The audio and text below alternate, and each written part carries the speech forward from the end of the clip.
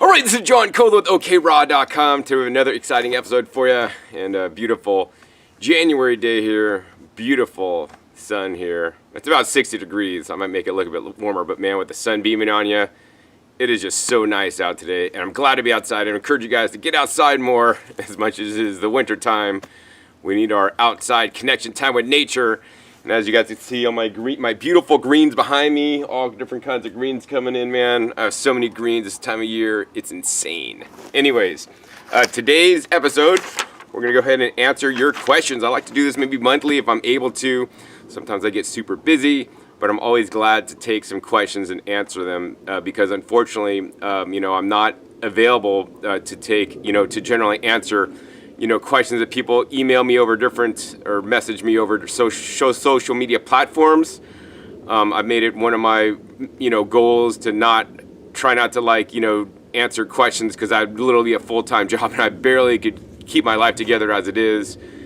Tending my garden, making my juice, running my business, cleaning my house, and just doing everything it takes to do in life. Plus, I have 3 YouTube channels where I put out content regularly, 1 video a week on every channel at this point, and I lost my video editor, so I'm editing my videos too.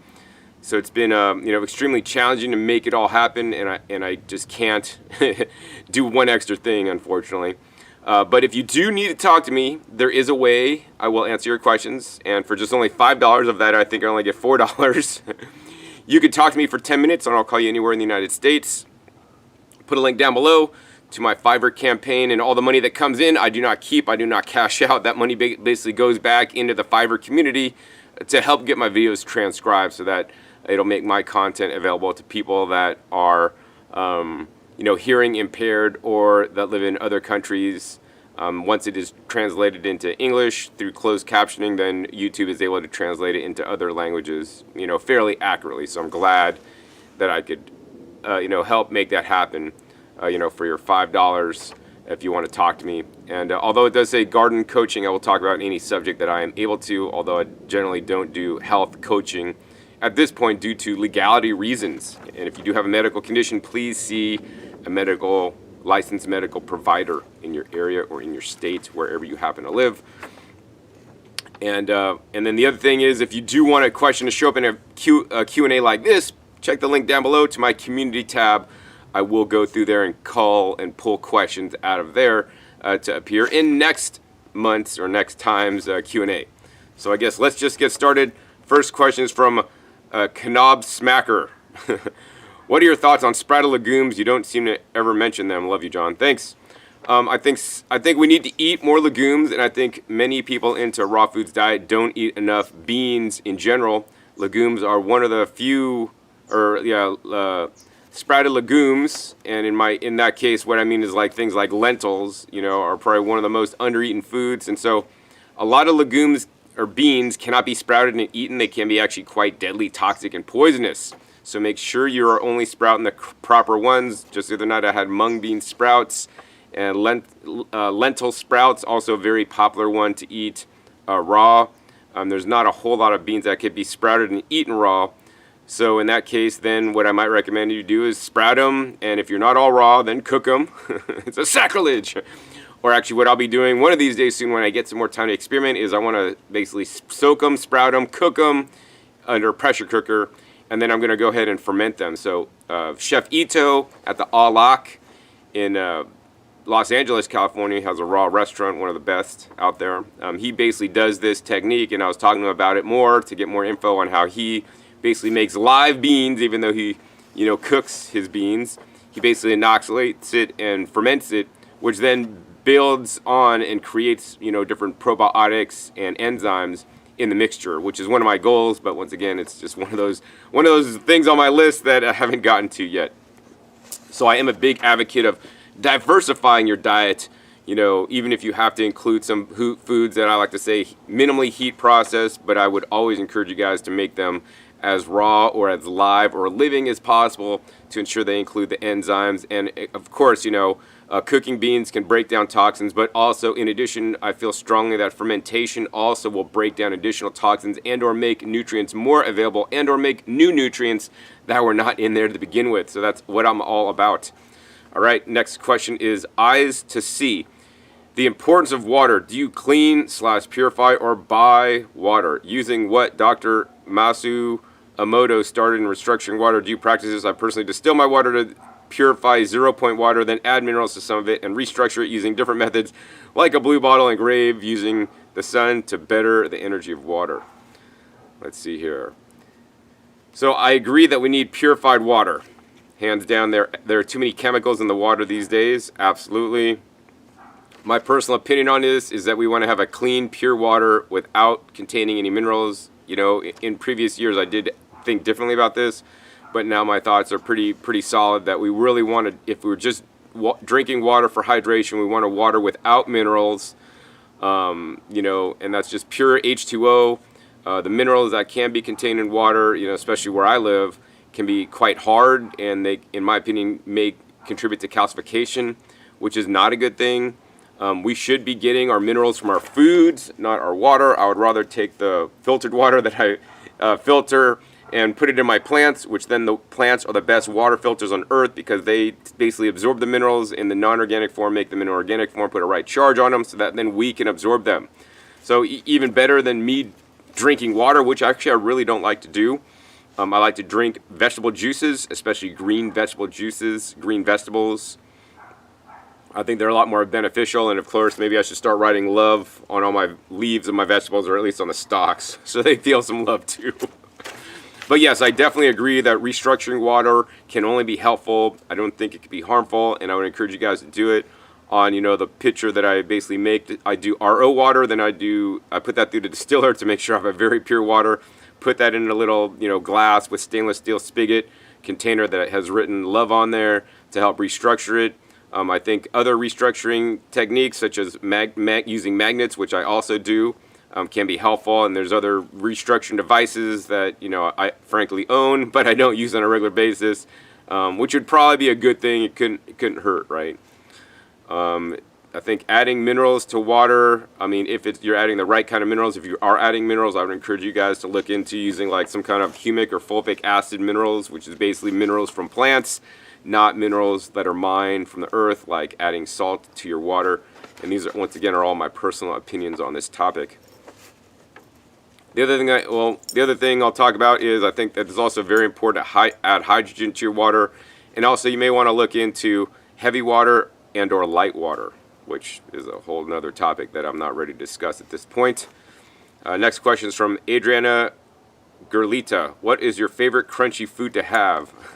So my favorite crunchy food to have, honestly, are basically freeze-dried foods. So you could commonly get freeze-dried foods at like, you know, health food store near you. Trader Joe's has some really delicious freeze-dried fruit for pretty cheap. But yeah, by far, freeze-dried foods are my favorite. Next question is from Deepak Gutal. You have mentioned in the past that microgreens tend to be more nutritious than mature greens. Is this true for microgreens grown only in water? If yes, how so? Where do they get the minerals and nutrients from? Thanks in advance. All right, Deepak. So I encourage all microgreens growers, especially if you guys are growing, to use, you know, basically a water that contains some minerals in it, you know, usually from the ocean with the sodium removed. That way the plants are going to uptake more minerals than they would otherwise, number one.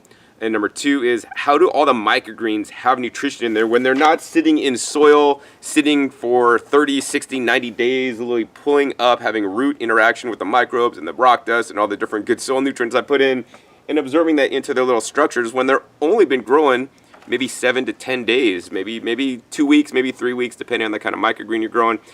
That's because the adult plant, right, that's growing right behind me, and actually you can see if you look closely, some of my plants are flowering. Flowering is showing me that those plants are nearing the end of their life stage.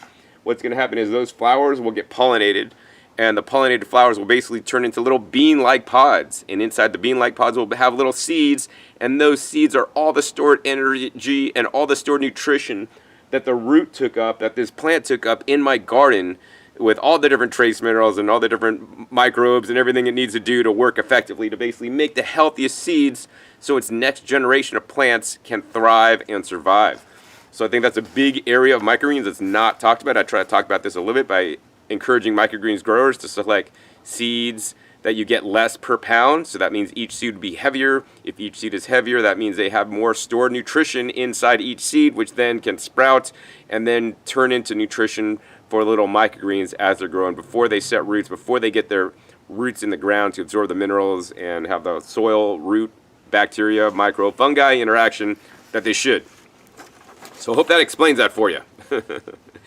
And of course, also with microgreens, you should be giving them some light. So light, plants make their own energy. Their plants are chemical factories. The sunlight's hitting my face, I'm making vitamin D. At the same time, my plants are making chlorophyll. Photosynthesis is happening. It's sending sugars into the leaves, so my leaves are sweet this time of year, and also sending energy and sugars down into the root zone to feed the microbes, so they get that basically microbacterial fungal interaction, which then helps the plants catalyze and absorb even more nutrients and minerals into its little cellulose structures. That's cool. All right, so that's the end of that question. Next question is from APUZ13. John, is it possible to grow turmeric here in Las Vegas? So I've grown turmeric in Las Vegas. It has not done well. It's a lot easier to buy it at the store. It grows during the warm season here. So right now I have turmeric inside my little greenhouses, just trying to stay warm and keep them alive during the winter, and then they're going to basically pop out in the summertime. I have seen that growing in containers. Let's see, usually in full sun it doesn't do too well. I don't think it really likes above 100 degrees. So if you maybe have it in a more shady spot, although if it's in a shady spot like I've grown it, traditionally in a shady spot, it usually comes back every year. But the tubers never get super big or super huge. So I need to up my turmeric game. I would encourage you, if you're wanting to, you could try to grow it for a hobby for fun, but don't expect high yields. I would encourage you to support a local turmeric farmer in the United States, because most of the turmeric is imported from outside the United States. So there are turmeric farmers that I visited in Florida, also Hawaii, that will ship it to you. All right, next question is from Whole Foodie Girl. I know you avoid EMFs as much as possible, but with all your online businesses and social media platforms, how do you keep your radiation exposure as low as possible? I've seen you mention certain gadgets, but it would be great to know more specifics. Thanks so much. All right, Whole Foodie Girl.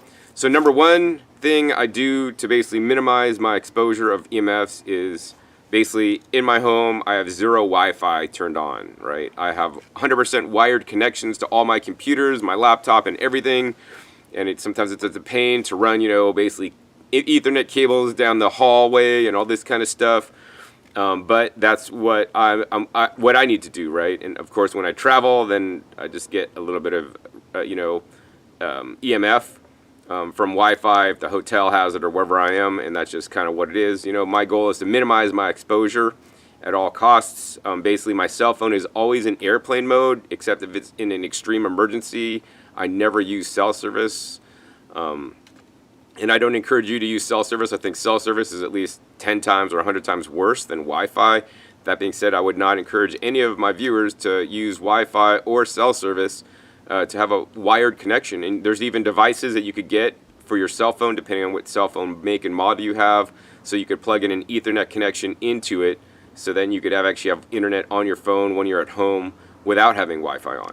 So, that's probably the major thing that I do, and so I post all my social media that way. I can turn on Wi-Fi, so if I leave my house on vacation, I could flip my Wi-Fi on, so all my security cameras and all these things come on, so I could view things. And if I do need to turn on Wi-Fi for whatever reason, I'll turn it on for a limited amount of time, use it, post whatever I need to post, and then basically turn it off. And you could do a lot of postings. Like Instagram, for example, I post when it's offline, and then when I go online, I just click send, and then it posts it on up.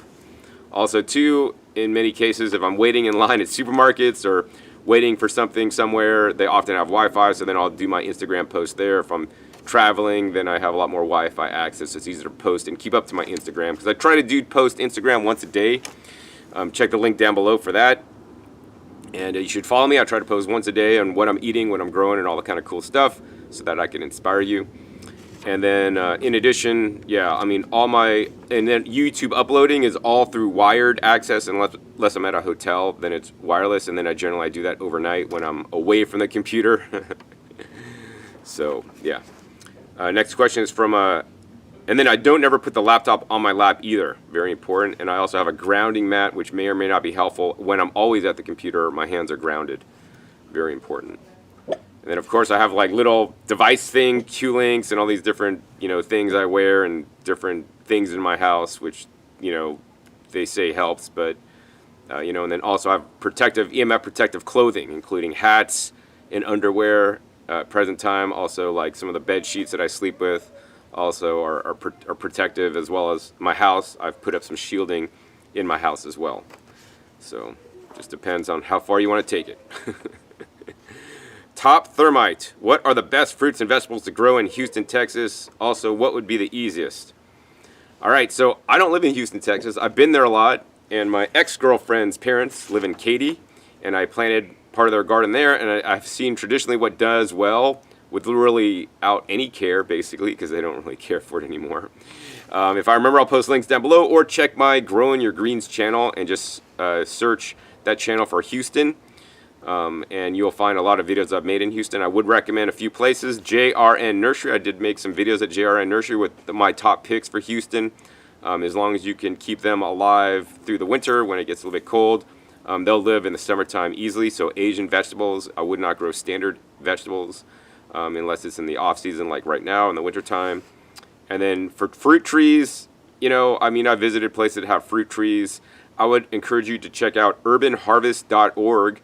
Upcoming in just a few weeks, you're lucky, they have their fruit tree planting sale, and that's the best place to buy your fruit trees, because those guys are the experts. They know what exact fruit trees are going to be the easiest ones to grow. I probably have a video also on this where I interviewed some people down there and talked to them about the best fruit trees to grow down there. But it also honestly depends on you, I would want to have fruit trees that are most beneficial for me. And besides a fruit tree, I would grow moringa before anything else. That'd be the most valuable tree to me besides a fruit tree. Because you could eat the fruits of the moringa, which are the drumsticks. You could eat the seeds. You could eat the leaves. They're quite anti-cancerous, much as the brassica family plants. They have the isothiocyanates and, make anti-cancer compounds, and we eat that. So, yeah, that's really cool. Let's see. Next question is from Asa Music Dude. Why does my garden do better with drip lines versus hand watering? That's a good question. All I could say is that, much like us, our plants like regularity. They don't like to go to the bathroom on a regular basis. They like to get fed on a regular basis. They like to know, like, every about 3 o'clock every day I get my water. So maybe that's why your drip lines come on a timer automatically, hopefully. And or if you're hand watering, you may be over or under watering, and maybe your drip lines are watering more optimally for the plants. In addition, maybe the drip line obviously is going at the root zone of the plants, which is where plants like to be watered. Plants don't necessarily like to be watered on their leaves. That can cause issues, especially depending on the weather, fungus and rot and mildew and all these things. So that's the only thing I can tell you about that.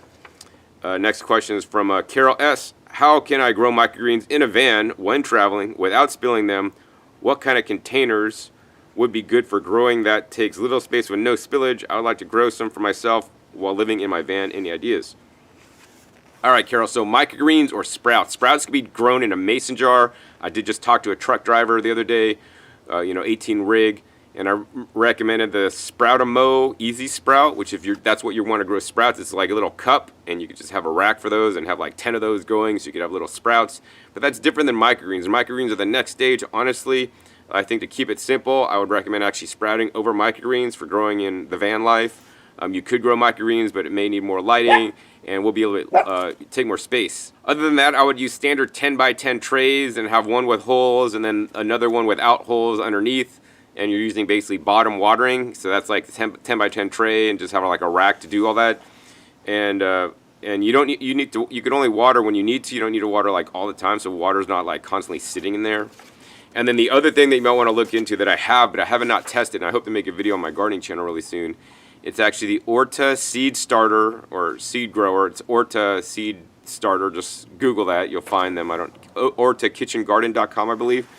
And they basically have a new microgreens grower. Now that you know, honestly is really small. You can't grow a lot of microgreens, but that I guarantee you will never spill water because it's a self-watering ceramic container that will slowly water your microgreens as needed.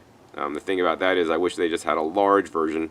The unit is currently small, so I would have to get 5 of those, but they're also not plastic. They're ceramic, which I like, but that makes them fragile. But they're cool, and I hope to use mine soon. Next question is from Fruity Damien. What do you think about sauna? Is it good for us? So sauna, there's all kinds of sauna. There's like a steam sauna, a dry sauna, there's infrared sauna. And you know, here's the thing, as long as you don't overdo it, I think heat therapy or even cold therapy can be quite beneficial for us. And the other thing, you know, if you're going into one of those things, don't get dehydrated, because then that's actually like hurting your health. And like there's times when I'd go I was in Korea and in super hot sauna, and I was like, man, I'm going to outlast the Korean people that are in here. I'm going to go in there, and it's hot as heck. If I breathed air, it would burn my lungs. So I just had to like cover my nose, and I'm going to be like, I'm going to just have those Korean guys come in and leave, and I'm going to stay in there longer than all of them. But that was really not healthy for me, because I was like, probably pushed myself, and I felt like fainting afterwards.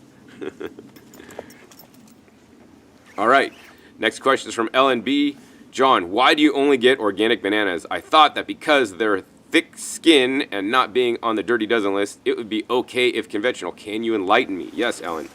So here's the thing, right? On one level, I'm just staunchly against conventionally grown food. Why? Number one, they can put pesticides and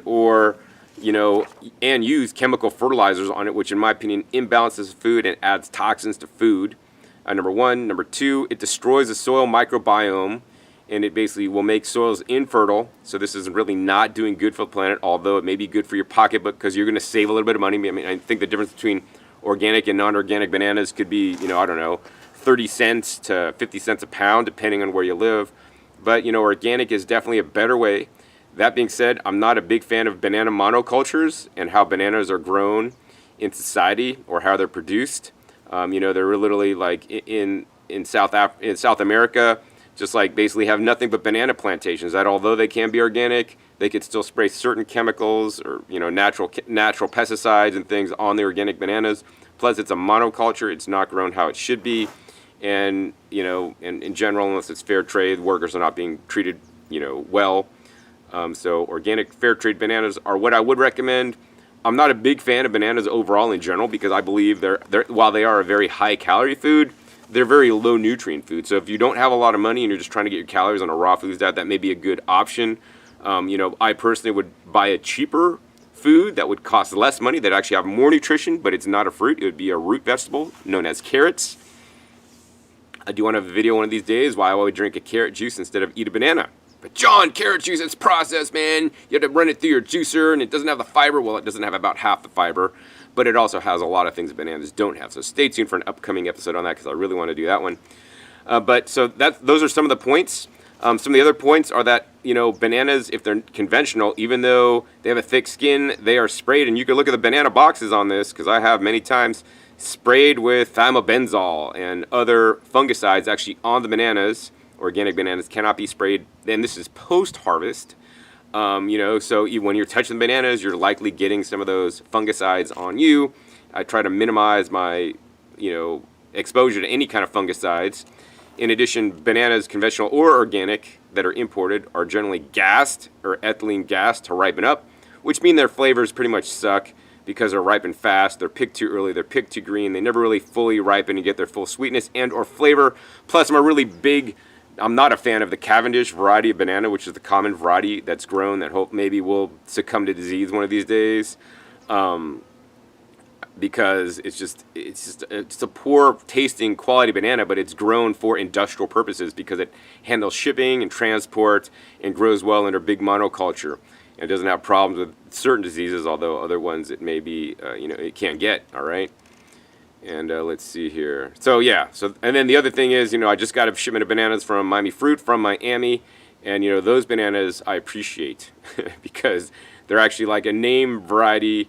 There's some ones from probably India or something that are really cool and different and unique. So hope that answers your question. And I would encourage all you guys, all my viewers, to buy organic whenever you can, whenever you guys can afford it. And even better than organic is grow your own. I know exactly what was sprayed on all these leaves here, and aside from some organic fertilizer, I didn't spray any pesticides on these guys, you know. And so that's the best. Plus, picking it fresh is the best. I mean, my leaves, you cannot compare my leaves to any other leaves in the grocery store. Like, man, if you live in like North Dakota right now and you're buying kale at the store, oh, I see the first bee of the year. It's warming up. It's cool. And I'm providing them some pollen. I mean, those leaves have been picked from California, transported, shipped. Oh my God. Grow your own, guys. Yeah, there's the bee. He's visiting. Next question is, Cal B, how do you get enough calories? So, you know, here's the thing. How do I get enough calories on a plant-based, fruit and vegetable dominated diet? The answer is eat enough food. How do I do that specifically? That's for me to know and you to find out. Well, that's what I'm going to share. So in general, what I like to do is drink 2 juices a day. And each juice I drink is between 24 and 32 ounces. So in each one of those juices, there will be between 3 to 4 pounds of produce. Generally, the produce that I use in my juices are vegetables. So it's predominantly vegetables, which on average, a pound of vegetables on average could be less. But on average, it could be about 100 calories per pound of vegetables. So basically, a 24-ounce juice could be about 300 calories, plus or minus 20%. And, 4 pounds of produce in a juice are 400 calories plus or minus 20%. So right there, I'm getting like 700 calories right there, and that's maybe a third of my caloric needs in a day. And then I have like a nice meal of fruit, which is about 300 calories per pound on average. And I could eat a couple pounds, maybe 2 pounds of fruit a day, depending on what kind of fruit it is, how dense it is, and all this kind of stuff. And then, so then I'm up to what? 700 plus maybe 300 up to 1,200 calories. And then I just need to make like up to 2,000 calories or maybe 1,800 calories depending on my activity level that day, because I eat to my hunger, not to 3,000 calories or what, you know, Banana Girl or whoever, you know, people that ride bikes and eat durians say. I eat to my hunger and what I feel is necessary. Then I could have a couple pounds of vegetables for salad, have a few nuts and seeds, and, you know, easily have a salad with another 500 calories in it, and then maybe snack additional juices and or fruits during the day. And that's how I meet my caloric requirements, right? It's not hard. I've been doing this. I've been maintaining my weight for many years, except when I started eating too much freeze-dried fruit, which is basically concentrated calories, to put more weight on, plus have some stressors. If I remember, I'll put a link down below to that video, how I gain weight on the raw foods diet. So yeah. So, you know, a nice balance. I mean, really, if I didn't juice, I would really be struggling a lot more because I really couldn't fit in 7 pounds of vegetables in a day, just eating them raw or even blending them up. It just wouldn't work. So I really found juicing to be beneficial. For me, you know, I hope to include more beans, fermented beans into my diet to get more calories as well. And besides calories, I really want you guys to focus on nutrients, not just the calories. Although we need calories to survive and keep us going, even more important, in my opinion, and based on my research, are the phytochemicals, phytonutrients, micronutrients, what do you want to call them, trace minerals, you know, different kinds of antioxidant pigments, the reds, the purples, the blues. We really want to eat highly richly pigmented, colorful foods and eat a wide variety to get all the different, basically, plant compounds that the plants make from just literally sitting in the sun so that they could resist the sun, they could resist the bugs, disease, right? Why do my brassica plants create isothiocyanates? That's so that a bug doesn't land on it and start eating it, because then it makes a violent reaction that then will taste bad for the bug, and the bug's going to go somewhere else. But then when we eat these foods, they're known as basically anti-aging and anti-disease foods for us. So yeah. Let's see. Next question is from Kelly Moore. Is there a vacuum option modification for the Blendtec blender? So Kelly, the answer is yes. It is coming out soon. I have been testing it now for almost not quite a year, maybe 6 months, 8 months now. Works good. They're still refining it, and I hope that they come out with it later this year in 2020. Sam, can you talk about the Texas persimmon? You mentioned it, but never gave details. Thanks. All right, Sam. So actually, honestly, I've read about the Texas persimmon online, and I've only actually think I bought the Texas persimmon like once or twice when I was at a farmer's market in Houston, Texas. And there's a big persimmon grower that I really want to visit, and he was growing the Texas persimmon because it grows best in the climate down there. And that's a stringent type persimmon. It was kind of like more flat, like a fuyu, but a little bit round at the end. So it's kind of like tricking me a little because it looks like a fuyu. You just eat it hard, but no, you got to wait till they're completely soft. And I don't really remember how well they taste because I bought a whole bunch, and then maybe some of them didn't ripen before I left, and blah blah blah, and I don't know what happened. So honestly, I don't really know a lot about them. So let's see.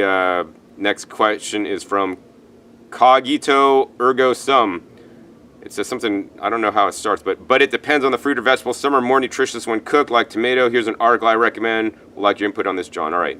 So I guess he was talking about, like, I recommend eating, fruits and vegetables raw. And he's saying, some fruits or vegetables are more nutritious when cooked, and he gives a link to the Scientific American article. So there are a few research studies that maybe show carrots, when cooked, can be more nutritious than raw, and or, tomatoes cooked and or sometimes maybe cooked with oil can actually have higher levels or different kinds of lycopene that are basically broken down in the heat process, and that we could get more lycopene from tomatoes that are cooked. So my answer is this. A food is more than just one ingredient. So although lycopene content may be higher absorbed or maybe transformed into cis or trans lycopene, I forget which way it goes, and we may get more of it because of it, right?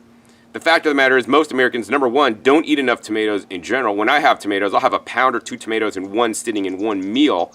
And even if I'm not getting as much lycopene from the tomato that I'm eating such a larger quantity to get my calories, I will, in the end, get more of that lycopene and get it digested, in my opinion, than somebody eating cooked canned tomatoes. I may get more lycopene on that level, number one. Second point is that there are a lot more nutrients in tomatoes than just the lycopene. Tomatoes are just not lycopene. Try taking lycopene supplements, you'll probably have negative reactions. And I think in clinical studies, they've shown taking lycopene supplements did not give you the benefits that the whole fruit or vegetable did.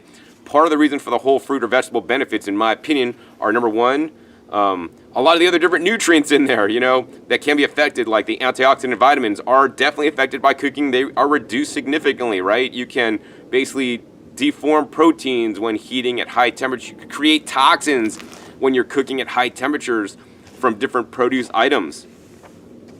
In addition, if you're eating things raw, then guess what? You have the enzymes. So for example, if I just pick, these kale leaves out of my garden, brought them in whole, cooked them up, and then ate them, I would not get the anti-cancer benefit from the kale because there's no enzyme to basically react on some of the nutrients in the kale to basically make it anti-cancer. Whereas if I pick these leaves and cut them up and fractionate them or chew them up in my mouth first, then the enzymes are released and they're basically catalyzing additional nutrients that are basically stored away that need to have enzyme interaction. Once again, you're not getting this with cooking. So, I'm never going to say like one food's better just because beta carotene is higher in cooked carrots than not. You're not looking at the whole picture, is what I'd like to say. And I think another part of the cooking process, to me, that's very important, and I wish there were specific studies, and I could design studies because I would, to design, because a lot of things, I would agree that carrots, I don't eat carrots raw because most people don't chew them up well enough, they don't get good digestion, and a lot of that roughage may go through, you may not get all the beta carotene out of it. That's why I pretty much exclusively, I'll eat carrots sometimes, but I'll pretty much just juice carrots because now I broke it open the cell walls, which I think there's a study out there that shows juicing carrots are even absorb more than cooked carrots because now not only do you have the enzymes, not only do you have the other antioxidant nutrients, but now you've broke open the cell walls to make those nutrients more available, and that's the same thing that cooking does. Freezing could also break open cell walls. The problem with freezing is that once you break open the cell walls, now all the nutrients are exposed to air, and once you thaw them or cook them, they can oxidize. For my research. All right, so hope that helps answer that question and gives you my opinions on this topic. Next question is from ScanEnd. John, could you comment on people who are stopping being raw vegan, citing health problems like Matt Monarch, please? I'd love your view as to why they are getting sick if they're eating raw. All right, so there's so many different cases of people starting to eat meat and all these things on a raw foods diet, and I really don't know all these people. I mean, I've seen some of their videos. Matt lived with me for many years, and what I'll say about Matt is that Matt has always been extreme. I don't know what he does in his daily life. He did mention to basically overdoing colonics, and I know he had some kind of intestinal flora issues where he couldn't absorb food, and I think he even said it's likely because he was doing too many colonics. Some of the different people that went off raw foods had imbalances in their microbiome, different kinds of overgrowths of bacteria, maybe from not eating proper foods, doing too much colonics, or abusing their body, and or let's not forget, what did they do for how many years before they even went raw? Just because they've been raw 5 years doesn't mean they know it all, or 8 years doesn't mean they know it all, right? I've been doing raw. This is my 25th year I've been doing this, right? And if you just listen to the dogma and follow some of the YouTubers that are out there, or that are out there teaching you guys to eat 30 bananas a day, eat 3,000 calories, it doesn't matter what you eat, only eat raw till 4, you got to eat sugar, you got to do all these things.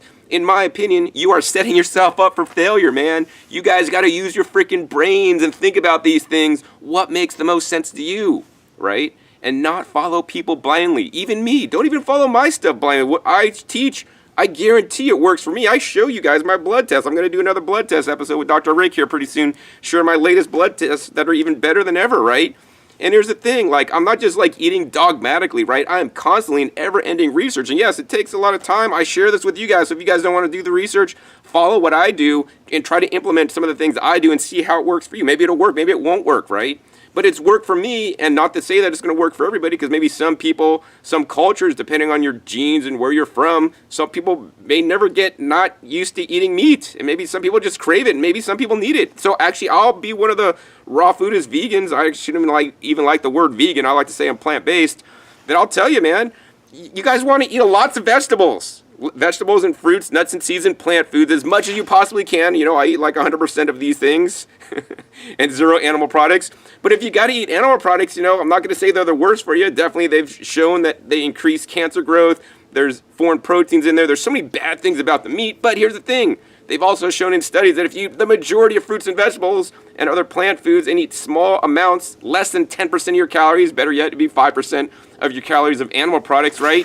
You could be quite healthy. And I think it's this all or nothing attitude or approach, or these people that are very extreme, that are extremely fasting, screw up their microbiome, that are extremely eating high fruit diets without enough vegetables. It really imbalances our systems. Our systems cannot deal with that, although it's quite more beneficial to eat high fruit diet or more vegetables than McDonald's, for example. After a while, it catches up with us, and then you will rebound. And I think, you know, some people eating lots of fruit without other kind of plant foods may not be giving their body all the different fiber they need that are complex fibers in root vegetables, for example, like in jicama and onions and Jerusalem artichokes. There's inulin fiber that really helps your microbiome, your microflora. Chicory root, you know, how many raw foodists eat chicory root, right? I eat dandelion root, juice it up when I get it. I got chicory root powder fiber that I'll take, you know. And so and I encourage a wide variety. So I think that's one of the reasons why people don't have a wide variety. Plus they get too crazy, dogmatic, and extreme. And then that'll come around and bite you in the butt. So, you know, I would encourage all you guys not to be super extreme about things and eat as nutrient dense as you can and be more concerned about the micronutrients and the calories. I think that's also something that's not talked about. Who else besides me that's a raw foodist? Post this down below. I want to know. What are the raw foodists really talks about the micronutrients in eating high antioxidants and foods with all these different plant compounds? Tell me who! I want to know. I want to learn from them too. Because I feel that I've been doing a lot of this stuff on my own and learning about this. And a lot of people that teach raw foods, you know, if you eat a variety, you get a lot of micronutrients. But I mean, this has really been my area of research. I mean, why the heck do I grow all my food? Take significant time out of my day to tend to care. I planted 36 plants in my garden yesterday, you know, because it is so important to have such a variety and have, more importantly, fresh food. I mean, oh my God, let's not talk about fresh food and eating sterilized foods from the grocery store. You're a raw foodist, you only eat stuff from the grocery store. I think that's sad. You need to grow your own foods. In my food in my backyard that I'm growing here, you know, I'm inoculating with all different kinds of bacteria and microbiome, right? If you don't have the right microbiome, and I think that's why many of the raw foodists may have failed, because they don't have a good microbiome, and then it basically goes sour on them because they're not eating a nice diversity of fiber-rich foods, you know, and are eating lots of bananas, which then you're going to get the good bacteria for bananas. But what about the bacteria that lives on kale? I mean, different bacteria move towards every different produce item. And if you're not eating certain produce items, you're not going to have that flora in your guts, right? And I was disadvantaged at a young age. I'll be publicly say this. Mom, I'm really saddened by the fact that you did not feed me as a child. You fed me Nestle freaking crap, bottled formula bullshit. And if you're a mother, please do not breastfeed your kids. You know, that, in my opinion, is one of the reasons why I have a depressed immune system and a poor microbiome. So I've been working with that to enhance it and make it better. And that's why I'm so extreme on what I share and what I do these days, because I started deficiency. Hopefully you guys were all breastfed and, you know, are starting out at sufficiency and can only make that better. And so coming from a place where, you know, I didn't have that and I didn't have the proper microbiome, and it probably caused my things like allergies and asthma and eczema as a child, and even probably led me to getting an autoimmune condition, and then coming down with spinal meningitis when I almost lost my life. But you know what? That was the best blessing that happened to me, because now I learned about all this stuff, and I'm able to share with you guys that hopefully make a difference in your guys' lives. All right, so I mean, that's all I'm going to say, because I can't comment on specific situations. I don't know what people are specifically doing, but there's some commonalities, like usually gut health, over fasting, too much fruit, not enough vegetables, not a diversity in the diet, too dogmatic. I mean, those are some of the things. So I'd say I would encourage all you guys to be smart and be your own health researcher. Don't just follow people blindly, please. Maybe that's why I don't have a lot of subscribers, because I think I should. Because I encourage people to think. People don't want to think. They want to be told what to do. I'll never tell you guys what to do, man. And if you guys are still watching me, you guys could turn me off, because I want to be told what to do, John. Yeah, there's plenty of YouTube raw food gurus and all these things that are going to tell you what to do. I'm going to teach you guys how to think and think like me, so you could be better than just following the leader whose stuff may or may not work for you. I'm sure it works for a lot of people, but sometimes there's people that it doesn't work for. And, of course, I wouldn't be making some of the recommendations that people make out there in YouTube land, unfortunately, in my opinion. All right. Next question is from John D. Fiore. First things first, I love your passion. All right, thanks, man. I love the enthusiasm you bring to eating right. Second of all, my brother and I are curious to know, when is the last time you wore a suit and tie? Let's see here. All right, so my other property, I have a suit and tie. I have a tuxedo. This property, I have nice dress shirts. I don't own any slacks here. And if you call my tread safe shoes that are used in restaurant industry, like dress shoes, I probably have some of those. Oops, there's Oakley. So let's see. I think the last time I remember dressing up in a suit and tie, I was impressing my girlfriend at the time, because she never thought I dressed up. So I dressed up, and I was looking hella sharp, dude. It was at a raw food restaurant called Seed in Santa Rosa, California. And man, it must have been at least 10, 15 years ago. I don't dress up, man. And I haven't been to weddings. I might dress. I'll sometimes commonly dress in a nice dress shirt, but I really hate ties. Like, I hate being constricted by a tie. Like, I'm not a shirt and tie guy. Like, I rebel against all that stuff. All right, so that's the answer. And if you guys want to wear shirt and ties, hey, that's up to you. I used to have a job that I had to wear a shirt and tie, and I always felt it crushed my neck, and but I like wearing a nice dress shirt and looking fairly sharp, anyways. All right. Next question is from Christina Glows. Okay, Raw, thanks so much. Do you not make flax crackers with the pulp? What superfood patterns do you recommend? I have daily green boost. Yeah, so let's see people talk about what I do with my juice pulp. So people are amazed. I don't make flax crackers with my juice pulp, because that's what most people do. So to me, juice pulp is a waste product, especially after I use it once to juice it, and then sometimes I'll press it out a second time through my pure juicer, through the press part, and literally after that, there's pretty much just fiber left. There's not a lot of nutrition in there. There's lots of fiber, but here's the thing: vegetable fiber and other plant fibers can vary in content, vary in fiber types, and so I'm getting rid of vegetable fibers in the morning, but then I eat plenty of vegetable fibers at night with my dinner, and other fruit fibers throughout the day when I'm eating. Number one. And so I want to really diversify my fiber. So if I did want fiber, I would eat foods that are other types of fiber. So like beans, I'd have beans as a source of fiber. Instead of having my juice pulp as fiber, I would rather grind up flax seeds, which have lignans and other anti-cancer properties. I'd rather eat flax fiber than vegetable pulp fiber, right? Maybe even some oats. I'd rather have some oat fiber than vegetable pulp fiber, because this is kind of fiber that I don't normally get in my diet, right? To me, the vegetable fiber, especially once it's dry, the majority of the nutrients are out of there. It's basically just cellulose at that point. We do not digest cellulose. Our microbiome can digest cellulose. But as I mentioned earlier, when we want to have a diversity of cellulose in our diets, I get enough vegetable and fruit diversity, in my opinion. But I want to get diversity of other fibers. So basically, for me, that pulp basically just goes in my compost bin. If I had worms, I would be feeding it to the worms as well. But basically, that gets broken down and then basically goes into growing the vegetables you see behind me. Some of my compost every season goes into these raised beds to grow my vegetables for the next season. And so my fiber is feeding me, but in a much better way, in my personal opinion. So that's pretty much it for this episode. Hope you guys enjoyed this Q&A episode. If you guys did, hey, please be sure to give this video a thumbs up. Also, be sure to share this video with somebody else that you guys think it can help. And make sure you click the little subscribe button down below. And make sure you click the little bell right below so you get notified as my new videos come out. That usually come out about every 5 to 7 days on this YouTube channel. Be sure you can check my past episodes. Past episodes are a wealth of knowledge, over 500 episodes or 600 episodes at this time on this YouTube channel, dedicated to teach you guys all about eating more fresh fruits and vegetables, the best foods on the planet, to increase your health, in my opinion, and based on my research. And finally, be sure to check my past episodes. My past episodes are a wealth of knowledge. Maybe I'll link a couple of episodes that I referred to underneath in the description, but I will also have a link to all my different episodes on YouTube, which are a wealth of knowledge for you guys to start eating more nutrient-dense fruit and vegetables and get those in your diet healthfully in the best way possible. So with that, my name is John Cullert with OKRaw.com. We'll see you next time. Until then, remember, keep eating your fresh fruits and vegetables. They're always the best.